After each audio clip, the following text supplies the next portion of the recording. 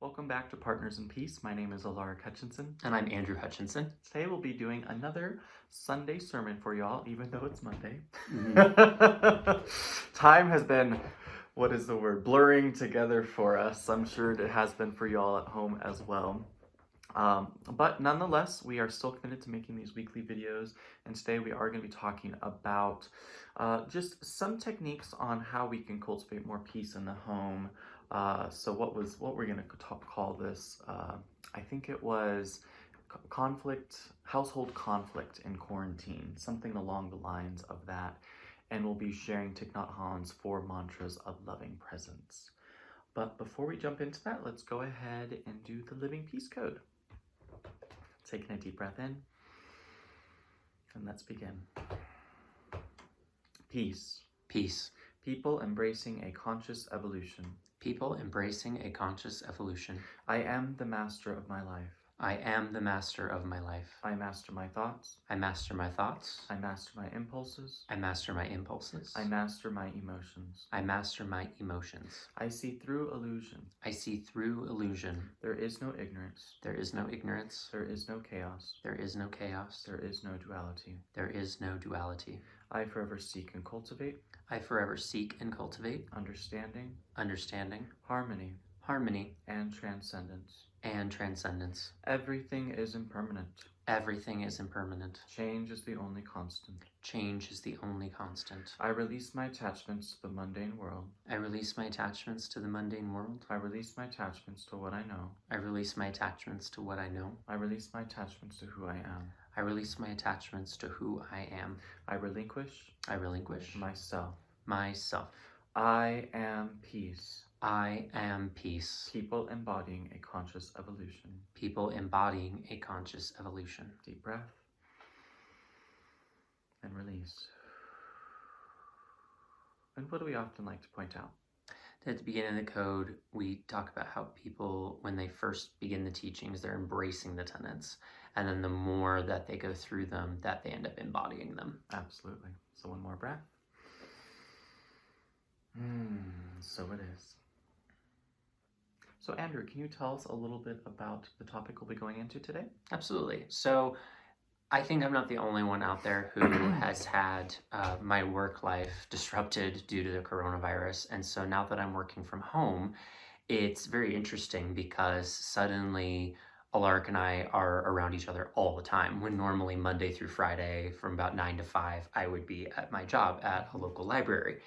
And though I think we have really effective communication skills, and though we like being around each other, it's completely understandable that suddenly being around someone all the time at home, and we live in a rather tiny house, it makes sense that egos can brush up against each other. And so no matter whether you're now quarantined at home with a partner, a child, some other family member, or even a friend or roommate, it is absolutely understandable that the more you're around each other, the more effective communication might have to happen in order for that adjustment to take place. So we thought it would be beneficial to share some of those techniques that people can use in order to bridge those gaps of understanding during this time. Wonderful, thank you. Let's breathe that in. So to start off with, we're going to be talking about the first of the 4 mantras taught by Thich Nhat Hanh. And I'll go ahead and actually just say all 4 of them, and then we'll break them down. So the first one is, darling, I am here for you. The second is, darling, I know that you are there and I am happy. The third one is, darling, I know that you suffer and I'm here for you. And the fourth one is, darling, I suffer, please help me. And very simple and very straightforward, but we're going to go ahead and break them down because they do contain a lot of profound insight that can drastically improve the harmony in relationships and households. So the first one, darling, I am here for you. And this one really reflects on the nature of the present moment. And it actually combines with the first 2. But the first one is, darling, I am here for you. And it is just entering into the present moment with our full attention. You know, how often are we interacting with our loved ones, and when one of them is talking, we might be scrolling some social media, might be distracted by some activity that we're doing. And this is something that I really try to train myself on, and I know we really do this well in our household. But I remember back to a time before I practiced this, how prevalent it was to where people have conversations, they're not actually looking into each other's eyes. And through mindfulness training, I've noticed that, like, sometimes my mom might call on the phone, and I've noticed that if I do not actually just put down whatever I'm doing and I just kind of keep my eyes focused on one area, it's very difficult for me to hear every single word that she's saying. And it just becomes you're just kind of like the smile and the nod, but over the phone. And so I know for myself, whenever I'm on the phone, I really always try to just be focused on one thing rather than still scrolling social media or still trying to do some other activity that I might have been caught up in, or working on my book or whatever it may be. And I think it was actually, what was it? What was the Mr. Rogers movie called? Welcome to the Neighborhood? Was that right? What was it called? Something like that. But it was the recent Mr. Rogers movie with Tom Hanks playing as Mr. Rogers, and I loved the segment where he was talking to pretty much the main character in it outside of him, and he said something along the lines of, they're on a phone conversation, and Mr. Rogers said, "Do you know what the most important thing is right now?" And of course, the gentleman said, "What?" And he said, "Talking to you on this phone. Nothing else in the world matters except this moment where we're interacting." And that really does bring together the wisdom of, "Darling, I am here for you." Mm-hmm. So let's breathe that in. The second one, "Darling, I know that you are there and I am happy." This one is reminding us to be aware of the miracle of life, to be aware of the miracle of aliveness, because even if a loved one is triggering us, or maybe we had a bit of a spout, going back into, "Darling, I know that you are there and I am happy," it is recognizing that even just the connection of this moment, and even just being in the relationship, even just having a child, even just being alive, that is a miracle. And we forget that because anytime that we're frustrated, our ego zones in on just one minute issue, and it's like the rest of the world stops whirling around. It's so fascinating how when we get triggered, our attention just zeroes in on the one thing that's not in alignment, the thing that we don't prefer, and we forget to be grateful for the miracle of this life, the miracle of this marriage, the miracle of a child. Even when you're outside and looking at the sunset, the miracle of the sunset. We now have geese that are visiting our pond, and I just love to just go out there and just revel in the miracle of just how wonderful that is. The other day we saw a turtle, and my gosh, she thought it was the most incredible thing ever.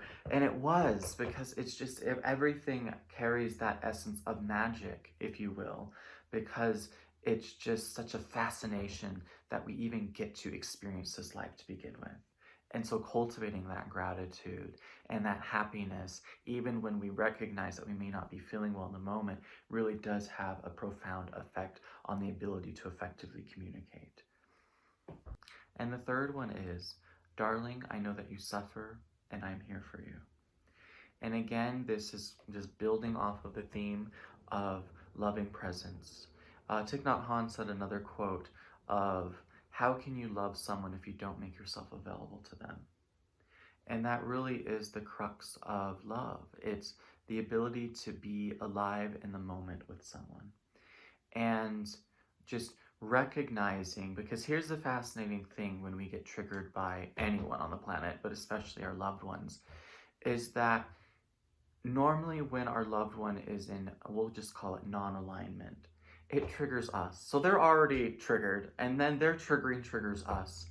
And it makes it very difficult to hold space, because what they just did, then we internalize and make it personal, or we make it a personal reflection about us or our worth, even though it doesn't have to be. But again, maybe it triggered a core wound or pattern for us.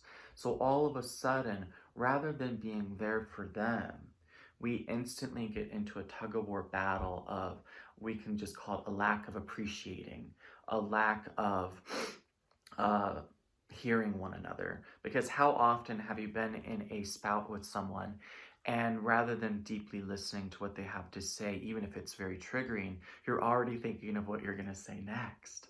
And again, that is not deep listening. That is not loving awareness, because we're not even honoring their existence that moment, because they're just being they're just being an extension of our frustration, rather than actually just saying, okay, I'm going to get a turn to speak. But in this moment, I'm going to put my ego over here. I'm going to put my triggered feelings over here. And any of the agenda I have of wanting to prove myself right, put it right here. And then just deeply listen to the suffering that they're going through. And that alone, my goodness, just practicing that will have such an impact on the ability to connect. And so, darling, I know that you suffer, and I am here for you. And the flip side of that as well, the other side of it, when you say that to someone and they recognize that you were there for them, already that helps your loved ones suffer less. And the last one is, darling, I suffer, please help. And this one may be the most difficult to actually practice, because who is an expert at asking for help? Especially from the person who might be the thorn. Someone that you feel that actually triggered you, and it might, the last thing you might want to even do, the last thing the ego wants to do, is ask them for help. But normally when we go into conversations, we say, you did this to me. And it's an attack. And if we can learn to be mindful enough, and especially practice maybe 5-10 minutes of meditation before we enter into these conversations, it can really help soothe us.